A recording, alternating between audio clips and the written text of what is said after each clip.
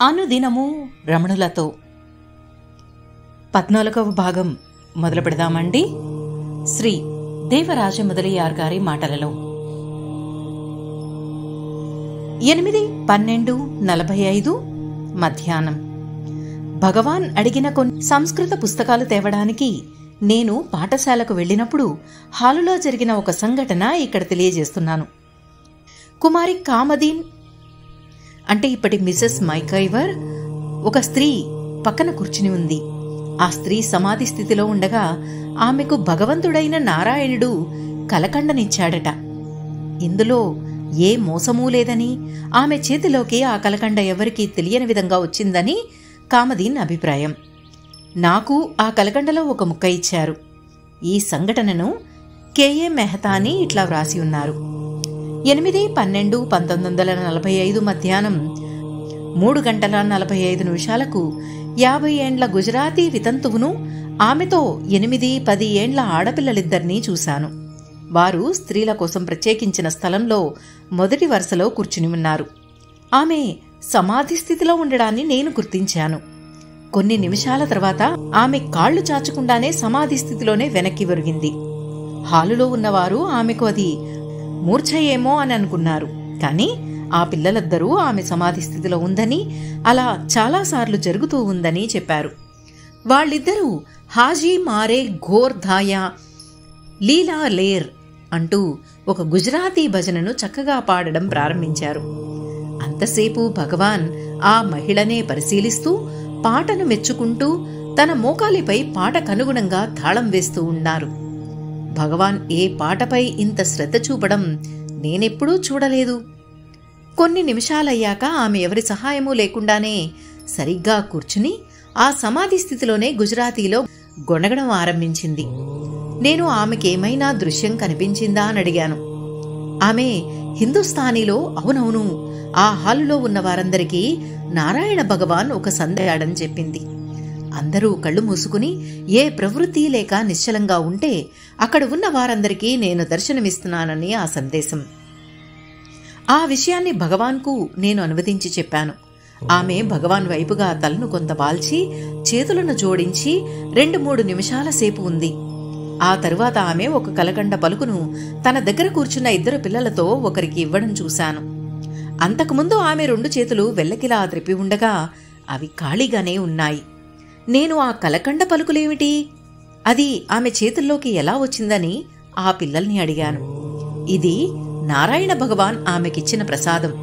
ఆమె సమాధిలోకి పోయినప్పుడల్లా వేర్వేరు సమయాల్లో రకరకాలైన వస్తువులు అనగా పళ్ళు, పూలు, చందనం, మాలలు, కుంకుమ, తీపి పదార్థాలు ఆమె చేతిలోకి వస్తుంటాయని ఆ పిల్ల చెప్పింది.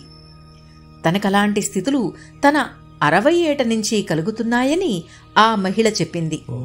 ఆ పిల్ల కలకండను భగవాన్కు అందించింది. అందులో ఓ ముక్కను భగవాన్ తీసుకున్నారు. మిగిలినది అక్కడ ఉన్న వారందరికీ పంచబడింది. ఇదంతా అద్భుతంగా ఉందే అని నేనన్నాను. అందుకు భగవాన్ చేతి కదలికతో అవునన్నట్లు సూచించారే కాని ఒక్క మాట కూడా అనలేదు. తరువాత కొంతసేపటికి పిల్లలతో పాటు ఆమె అక్కడి నుండి వెళ్లిపోయింది.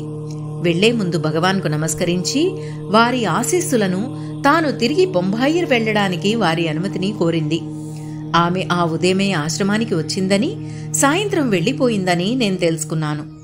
ఆఫీసులో ఆమె ఇచ్చిన address Mataji Maniben Samadhiwala, care of RG Rawal, Purushottam building, opera house ఎదురుగా బొంబాయి.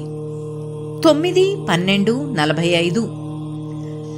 నిన్న భగవాన్ హిందుస్థాన్ పత్రికలో తిలక్ రాసిన వ్యాసాన్ని ప్రస్తావించినప్పుడు నేను భగవాన్ 25/11/45 స్కందాశ్రమం వెళ్లిన విషయాన్ని, అక్కడ జరిగిన విషయాలన్నిటినీ తెలుగులో మన నాగమ్మ వ్రాసి ఉంచింది అన్నాను. నాగమ్మ ముందే నాకు ఈ విషయాన్ని చెప్పింది.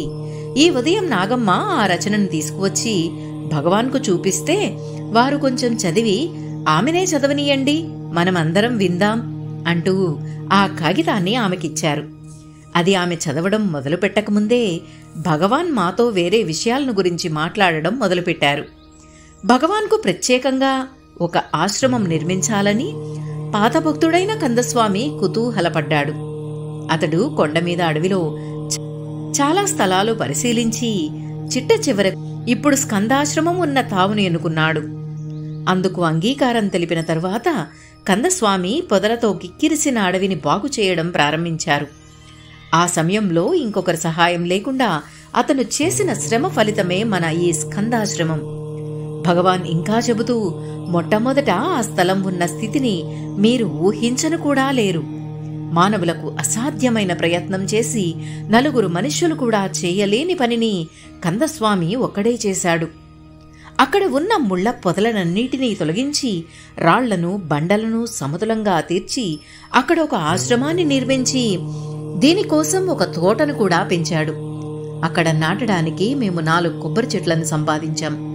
వాటికి సరిగ్గా నాటడానికి కందస్వామి 10 అడుగుల లోతు చదరపు గుంటలను తవ్వాడు. దీనిని బట్టి అతడు చేపట్టిన పని కోసం ఎంతగా శ్రమించాడో మీరు తెలుసుకోవచ్చు. ఆ కందస్వామి శరీరం మంచి దృఢంగా ఉండేది అంటూ భగవాన్ సెల్ఫ్ రియలైజేషన్ పుస్తకంలోని ఒక ఫోటోను చూపారు. అందులో కందస్వామి, పెరుమాళ్ల స్వామి, పళనీస్వామి, శివప్రకాశం పిళ్ళై, నారాయణరెడ్డి, ఈశ్వరస్వామి ఇంకా కొంతమంది భగవాన్తో కలిసి కూర్చుని ఉన్నారు. ఆ ఫోటోను విరూపాక్ష గుహ బయట ఉండే బండ మీద తీశారు.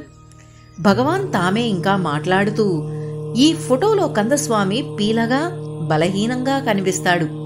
ఇలా ఎందుకయ్యాడంటే, 1 నెల రోజులు మమ్మల్ని వదిలిపోయి 7 దొనల దగ్గర తపస్సు చేసుకుంటూ కావాలని భోజనం తక్కువ తినేవాడు. అంతకుముందు తాను చాలా కండలు తిరిగి దృఢంగా ఉండే మనిషే. అతను 7 దొనల దగ్గరకు వెళ్లేటప్పుడు కొద్దిగా పిండి, కొంత బెల్లం తీసుకువెళ్లాడు. ఆ చాలీ ఆహారంతోనే 1.5 నెల గడిపారు. ఒక రాత్రి 7 గంటలప్పుడు నేను నాగప్పశెట్టి, పెరుమాళ్లస్వామి ఇంకా ఒకరిద్దరూ కందస్వామిని వెతుక్కుంటూ వెళ్ళాం. అతడు 7 సొనల రాళ్ల మధ్య ఒక చోట నిద్రిస్తున్నాడు. పెరుమాళ్లస్వామి ఆ రాళ్లలో దూరి కందస్వామి దగ్గర ఉన్న శంఖాన్ని తీసుకొచ్చాడు. కందస్వామి, పెరుమాళ్లస్వామి శంఖాన్ని గట్టిగా ఊదడంలో దిట్టలు. పెరుమాళ్స్వామి గుహ బయట నుంచి పెద్దగా శంఖాన్ని పూరించాడు. కందస్వామి లేచి ఆ శంఖాన్ని ఊదేవాడు పెరుమాళ్స్వామే అని గ్రహించి బయటకు వచ్చి నన్ను చూడగానే సాష్టాంగ నమస్కారం చేశాడు. ఆ రాత్రి మేము అక్కడే గడిపాం. మిగిలిన కొంచెం పిండిని, బెల్లాన్ని మేము తినేసి అక్కడ అతను ఏరి ఉంచుకున్న వంట చెరుకును తగలబెట్టేశాం. ఏ విధంగానూ అతడు అక్కడ ఉండడానికి వీల్లేకుండా చేసి ఎలాగో అతన్ని మాతో తిరిగి వచ్చేటట్లు ఒప్పించాం. ఆ ఉపవాసము వల్ల, తపస్సు వల్ల ఈ ఫోటోలో అతను సన్నగా కనిపిస్తున్నాడు. భగవాన్ ఇంకా ఇలా చెప్పారు. పెరుమాళ్స్వామి, కందస్వామి ఇద్దరూ శంఖాన్ని గట్టిగా ఊదేవారు. విరూపాక్ష గుహలో ఉండగా వారిరువురూ పళనిస్వామి కలిసి వీధుల్లో భిక్షాటనం చేసి కొండమీదకు ఆహారాన్ని తెస్తే అందరము పంచుకునేవాళ్లం.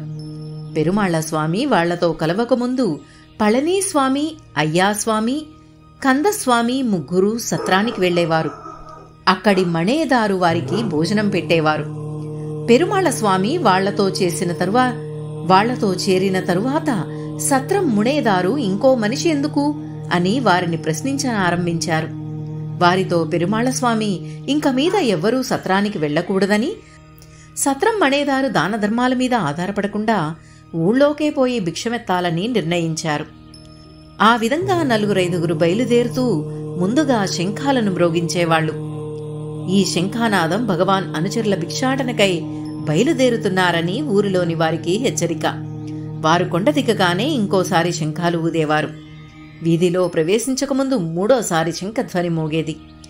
అక్కడ ఉండే ఇండ్లలోని వారు వారి వారి భిక్షలతో సిద్ధంగా ఉండేవారు. వీరందరూ శివనామావళి పాడుకుంటూ ఆ భిక్షను స్వీకరించేవారు.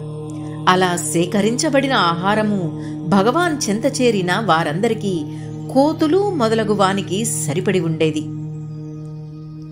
ఈ భిక్షకు వెళ్లేవారి కోసమే అక్షరమణమాల వ్రాయడం జరిగింది. ఆ అక్షరమణమాలే మాకందరికీ ఎన్నో ఏళ్లు భోజనం పెట్టింది అంటూ భగవాన్ నవ్వుతూ అన్నారు. ఓం నమో భగవతే శ్రీరమణాయ. నమస్తే అండి. ఇంతటితో అనుదినము రమణలతో 14వ భాగం ముగిద్దామండి. ఈ వీడియో కనుక మీకు నచ్చినట్లయితే ప్లీజ్ లైక్ చేయండి, షేర్ చేయండి. సబ్స్క్రైబ్ చేయని వారు ప్లీజ్ సబ్స్క్రైబ్ చేయండి. అలాగే పక్కనే ఉన్న బెల్ ఐకాన్ ప్రెస్ చేయండి. ఆల్ అనే సింబల్ని సెలెక్ట్ చేసుకోండి. దీంతో నేను ముందు పెట్టే వీడియోస్కి సంబంధించిన నోటిఫికేషన్స్ అన్నీ మీకు అందుతాయండి. థ్యాంక్ యూ అండి. మీ సరిత. ఓం నమో భగవతే శ్రీరమణాయ.